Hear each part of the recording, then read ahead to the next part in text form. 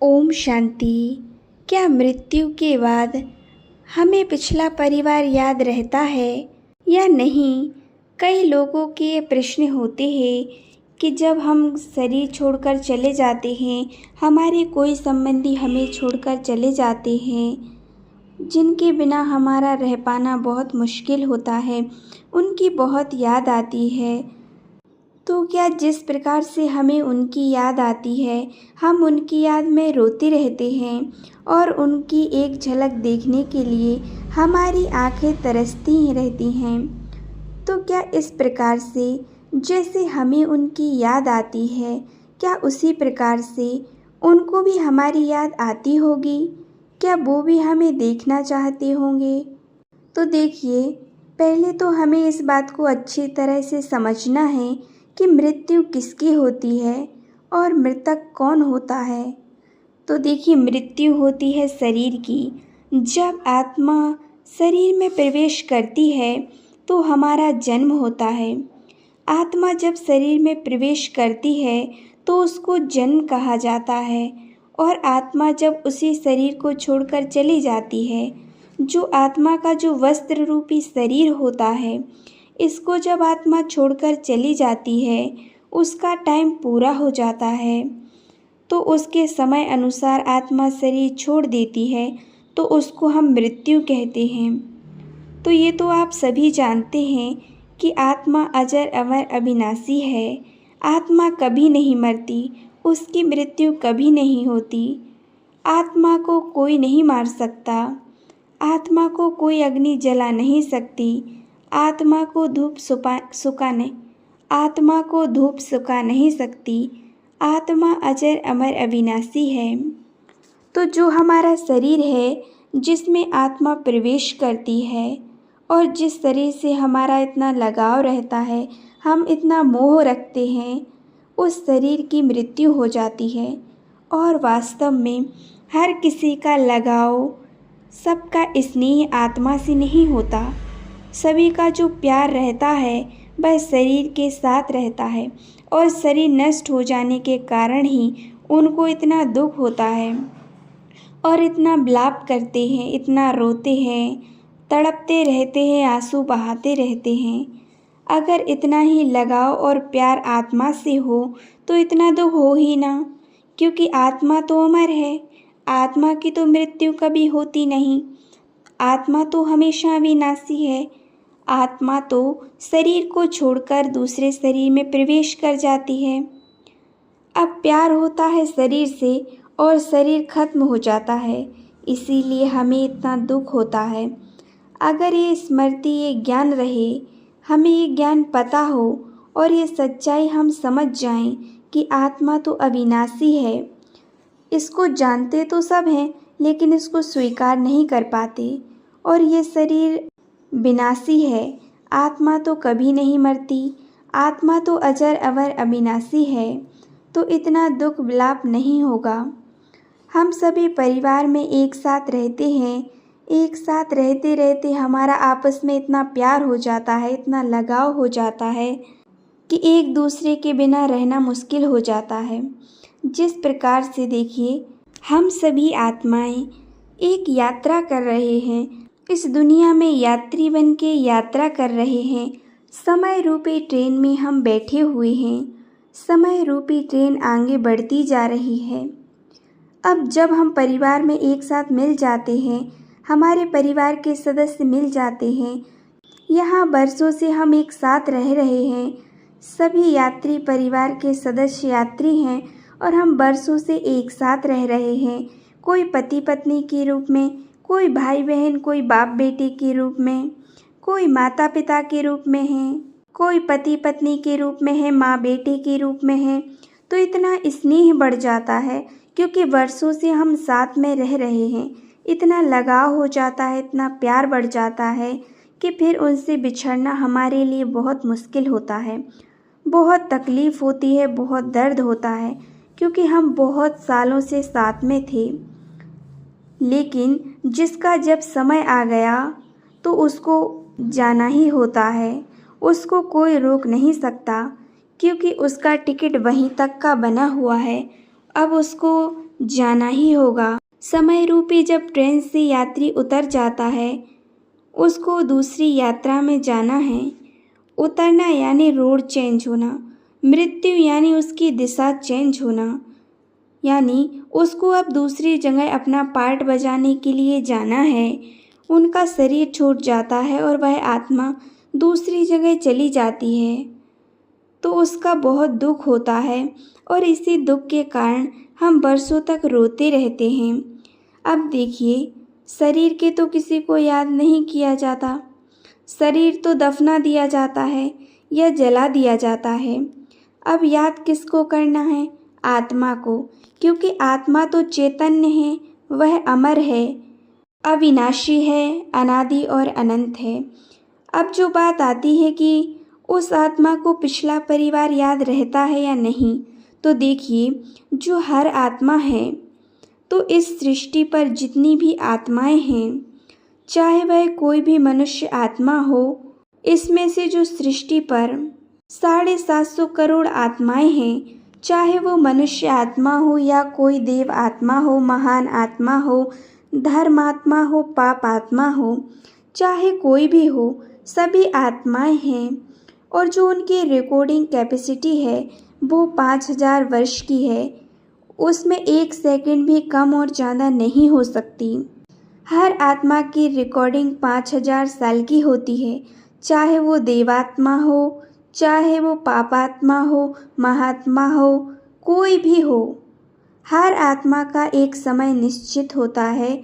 जब उसका जन्म होता है तो एक निश्चित समय के लिए आपको इस परिवार में जाना है, कहाँ जाना है, कैसे जाना है, कितने दिन तक रहना है। हर आत्मा को अपने रोल के हिसाब से पार्ट बजाना होता है। उसका समय निश्चित होता है कि उसको इतने समय तक इस परिवार में जाना है और इस परिवार में इतने समय तक रहना है।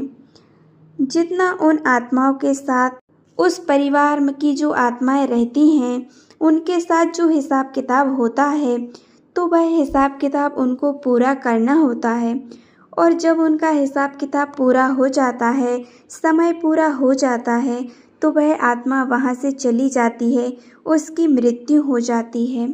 तो वह आत्मा जब वहाँ से चली जाती है, जैसे ही वह शरीर छोड़ देती है, तो उस आत्मा को यहाँ से शरीर छोड़कर कहाँ जाना है और उसका पहले से कुछ फिक्स होता है कि किस माँ के गर्भ में जाना है और वहाँ जाकर के अपना शरीर बनाना है। और यहाँ से शरीर छोड़ती है आत्मा और वहाँ जाकर के उस गर्भ में प्रवेश कर जाती है। इसीलिए आप लोग इससे भी निश्चिंत रहें। बहुत से भाई बहन ऐसा पूछते हैं कि मृत्यु के बाद परिवार का क्या कर्तव्य होता है, तो उस पर बहुत से भाई बहन बोलते हैं, पूछते हैं। कई लोगों के सवाल होते हैं कि कई लोगों की अकाल मृत्यु हो जाती है, कम उम्र में शरीर छोड़ देते हैं, तो आत्मा कहाँ भटकती होगी, कौन सी योनि में जाती होगी, कहाँ जाती है, कैसे रहती है। तो बहुत सारे लोग तरह तरह के क्वेश्चन पूछते रहते हैं कि उनको मुक्ति नहीं मिलेगी, वो कहाँ कहाँ भटकते रहते हैं, कहाँ कहाँ भटकना होगा, कब उनकी मुक्ति मिलेगी। लेकिन देखिए, आपको आज बता दें कि आत्मा कहीं नहीं भटकती। चाहे शरीर किसी भी प्रकार से छूटे, किसी भी तरह से आत्मा शरीर को त्यागे, लेकिन वो आत्मा दूसरे शरीर में चली जाती है। शरीर को त्याग करती है आत्मा, तो यहाँ शरीर छोड़कर जाती है और अगली जन्म वो गर्भ में जाकर के प्रवेश कर जाती है। उसे किसी और योनि में भटकने की ज़रूरत नहीं पड़ती, ना वो आत्मा किसी और योनि में भटकती है। यहाँ से आत्मा त्याग करके जाती है, शरीर छोड़ करके जाती है और अगले गर्भ में जाकर प्रवेश कर जाती है। हाँ, यदि कोई कोई आत्मा यदि ऐसी होती है, यदि उसका कोई हिसाब किताब है, कोई पार्ट है, उसको परिवार के लिए कोई बात बतानी होती है, तो वह किसी शरीर का माध्यम लेकर के उसको वह बात बता जाती है। अगर उसका कोई काम रह गया है, उस आत्मा का ऐसा कोई काम रह जाता है, तो वो आत्मा किसी तन का आधार लेकर फिर अपना कार्य पूरा करती है। वो पार्ट बजा सकती है। अगर कुछ उसका रोल है तो नहीं तो ज़रूरी नहीं है कि उस आत्मा को ऐसा करना ही है। और अगर उस आत्मा का पार्ट नहीं है तो वह आत्मा नहीं आ सकती, क्योंकि उसके लिए सबसे बड़ा काम होता है कि वह अपनी माँ के गर्भ में सबसे अच्छे से अच्छा ड्रामा अनुसार, अपने पार्ट अनुसार अपने शरीर की रचना करे। और आत्मा अपनी एक्ट में कभी आत्मा मिस्टेक नहीं कर सकती, कभी भी नहीं। और ये जो परिवार होता है, ये जो परिवार टेम्परेरी परिवार कहलाता है। और जब तक आत्मा का हिसाब किताब पूरा होता है तब तक आत्मा इस परिवार के साथ रहती है, अपना हिसाब किताब पूरा करती है। और जैसे ही हिसाब किताब पूरा हो जाता है तभी आत्मा वो शरीर छोड़ती है। और अगर उस आत्मा का कार्मिक अकाउंट होता है तो आत्मा शरीर नहीं छोड़ सकती, क्योंकि जब तक आत्मा का पार्ट है, जब तक आत्मा वहाँ से जा नहीं सकती। ये बात अपनी बुद्धि में बहुत अच्छे से बिठानी होगी। अगर उसका कोई कार्मिक अकाउंट है तो वो वापस आकर के अपने उसी परिवार में वो आत्मा फिर से जन्म ले सकती है, और जन्म लेती ही है। किसी और संबंध में आकर के, किसी और संबंधी के रूप में आकर के अपना हिसाब किताब पूरा करती है। और वह कर सकती है, क्योंकि इस शरीर के साथ, इस परिवार के साथ जो नाता मिला हुआ है, उसके साथ उसका जो कार्मिक अकाउंट था, जो हिसाब किताब था, वो पूरा हो गया है। इसीलिए वह आत्मा शरीर छोड़ कर के जाती है। और जब उसका कोई हिसाब किताब नहीं रहा तो वह चली जाती है। और फिर वो क्यों याद करेगी? हाँ, थोड़ा थोड़ा स्मृति तो रहती है आत्मा को जब उसका जन्म होता है।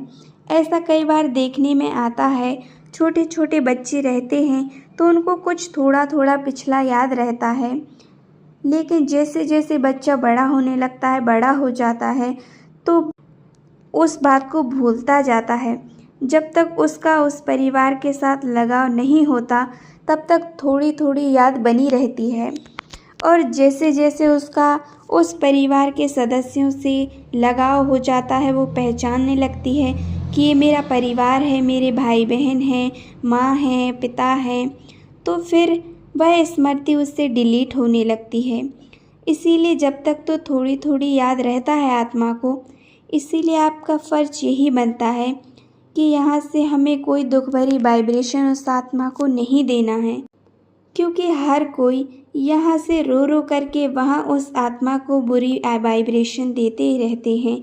यहाँ दुखी होते हैं, यहाँ रोते हैं। और इस बात के लिए जब कहते हैं कि ऐसा कौन होगा जो अपने परिवार को छोड़कर कोई चला जाए तो उसके लिए ना रो, उसकी याद में ना रो, ऐसा कौन हो सकता है? तो हम मानते हैं कि ये बात सही है कि सबको दुख होता है, लेकिन ये बात आप भी जानते हैं कि रोने से कुछ नहीं होता। कई लोग ऐसे रहते हैं कि महीनों तक रोते रहते हैं, सालों तक रोते ही रहते हैं उसकी याद में, और उस आत्मा को भी दुख देते रहते हैं। तो आप लोग भी ये जानते हैं कि देखिए, चाहे जितना भी आप रो लें, कोई वापस तो आने वाला नहीं है। रोकर तो हम अपना ही नुकसान करते हैं, और यहाँ हम रोते हैं और उस आत्मा को वहाँ दुख होता है। उस आत्मा को आप वह दुख भरी फीलिंग ट्रांसफ़र कर रहे होते हैं। तो अगर आप वास्तव में उस आत्मा से सच्चा प्यार करते हैं, चाहे वो कोई भी संबंधी हो, तो आपका सबसे पहला फ़र्ज़ है कि आप परमात्मा से दुआ करें, परमात्मा से दुआएं करें कि वह आत्मा जहाँ भी गई हो वहाँ अच्छे से रहे, उसे अच्छा परिवार मिले, वो हमेशा खुश रहे। क्योंकि आत्मा कभी नहीं मरती, आत्मा तो अमर है। वह अगली जगह जाएगी और खुश रहेगी जब आप उस आत्मा को अच्छी दुआएं देंगे, अच्छी प्रार्थनाएं करेंगे, तो वो आत्मा खुद महसूस करेगी, खुशी महसूस करेगी, खुश की फीलिंग उसको आएंगी। क्योंकि निश्चित है कि जाने वाले को कभी कोई नहीं रोक सकता। जिसका समय आ गया है वो जाना है, उसको जाना है, ये निश्चित है। तो उस आत्मा को आप अच्छे वाइब्रेशन देते रहें। वो आत्मा दूसरी जगह पहुंच गई है तो हमें उसके सुख के वाइब्रेशन ही देने हैं। हमें कभी उसके लिए रोना नहीं है, क्योंकि हम रोएंगे तो ये रोने वाले वाइब्रेशन उसके पास जाएंगे, तो उसको भी दुखी वाले फीलिंग आएंगी। तो आप यदि उससे सच्चा प्यार करते हैं, उसके लिए कुछ अच्छा चाहते हैं, तो उसके लिए अच्छे वाइब्रेशन दें, उसके लिए अच्छा सोचें कि ये आत्मा हमेशा खुश रहे, अच्छा परिवार उसको मिले। तो आपको हमेशा अच्छे वाइब्रेशन ही देने हैं और अच्छा ही सोचना है। दुखी होने से कुछ नहीं मिलता।